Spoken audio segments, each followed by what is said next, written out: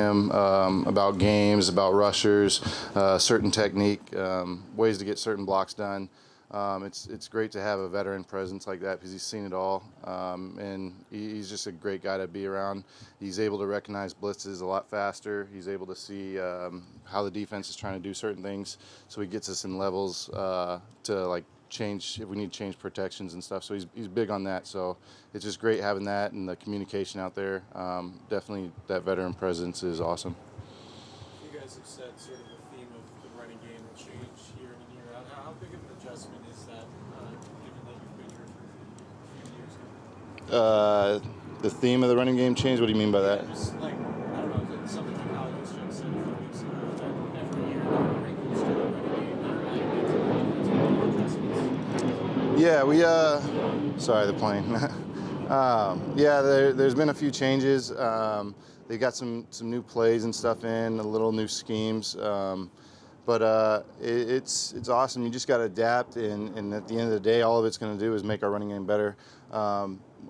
So far, since I've been here, there's been some great running game for this team. We're definitely solid in the run game, but there's always room for improvement. And there's certain plays that we are not nearly as good at.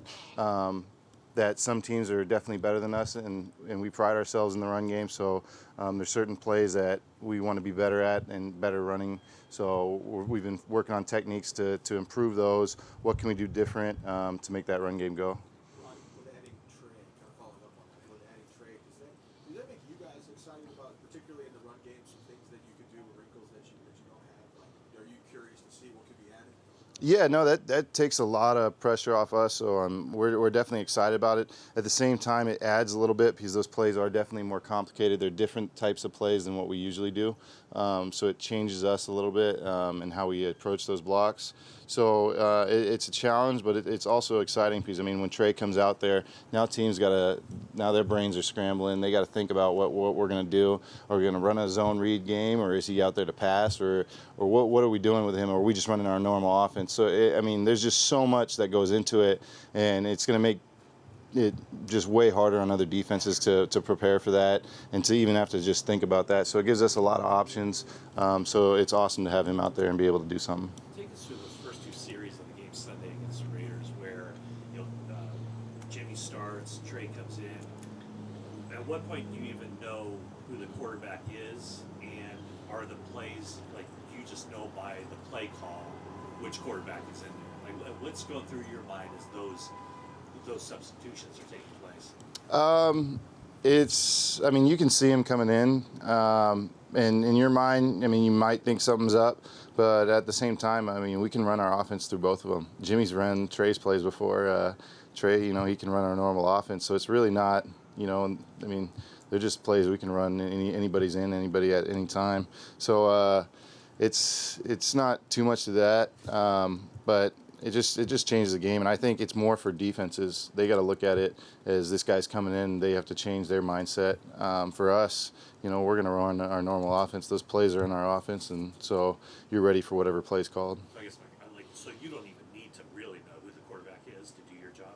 No, I mean, it doesn't change much. I mean, you might think when Trey comes in something's up, but at the same time, Trey can run our normal offense, so it really doesn't change anything for us. Was there any adjustment at all in terms of cadence and just how they sound? Yeah, they're definitely different people.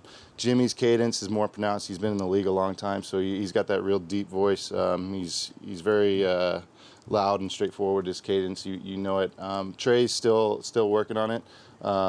His cadence is a little bit off or different, but we're definitely getting it down. And I mean, for how much that kid's had on his plate and what he's done out there, I mean, he's doing a great job. So he's just gonna improve it every time. And as he gets going, it's gonna be normal for him.